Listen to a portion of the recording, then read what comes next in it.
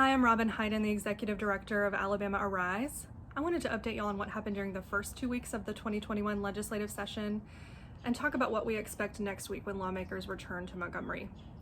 During the first 2 weeks, it's no surprise that the majority and the governor had 3 priority bills which they intended to pass quickly, and they did.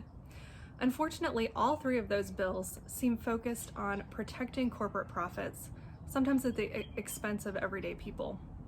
When lawmakers come back next week, we're going to be speaking out strongly to say that they must be there to protect everyday people and not just corporate profits. The first bill that passed last week, SB 30, was the bill to extend corporate immunity to COVID-19 negligence and liability lawsuits. We opposed this bill and we spoke out against it. We feel it goes way too far in protecting corporate interest over everyday workers and customers. Unfortunately, that bill passed both houses with a large majority and was signed into law. The second bill that passed last week, HB 170, looked pretty harmless on its face. This is the bill to exempt your CARES Act stimulus money and PPP loans from income taxes. Unfortunately, when we looked at this bill more closely, it actually includes a pretty extensive corporate tax overhaul. It's called a single sales factor formulation.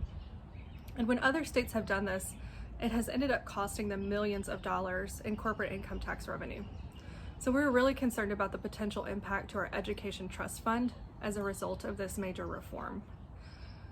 This leads us to another concern we've had about this session, which is that this bill was introduced and passed so quickly that virtually no lawmakers raised questions about this major piece of the bill.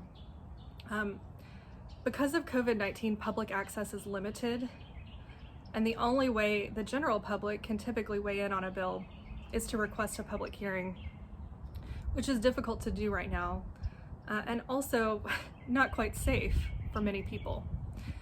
So the way that this bill passed so quickly with very little discussion and oversight raises concerns, and we're going to continue to push for more public access and remote access to the session. The final bill that passed last week, again no surprise, was HB 192. This is an economic development tax incentive package that was extended. Now, Alabama, as many of y'all know, spends millions of dollars a year on corporate tax incentives. We have some of the weakest reporting requirements to make sure that we're actually getting a return on that investment. So this leads us into what we expect lawmakers to do next week. We hope that when lawmakers come back to Montgomery, they hear from all of us that they must be about investing in everyday people. We're going to be releasing our State of Working Alabama report, which highlights the plight of everyday working Alabamians and people who are unemployed as a result of COVID-19.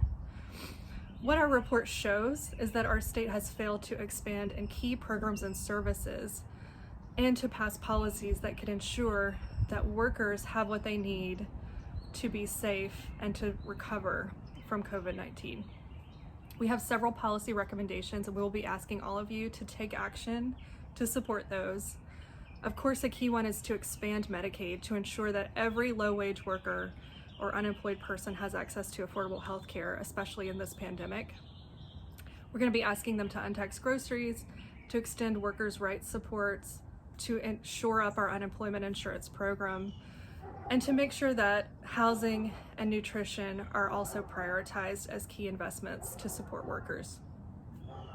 If you support these goals, please join Alabama Arise by visiting us online at alarise.org.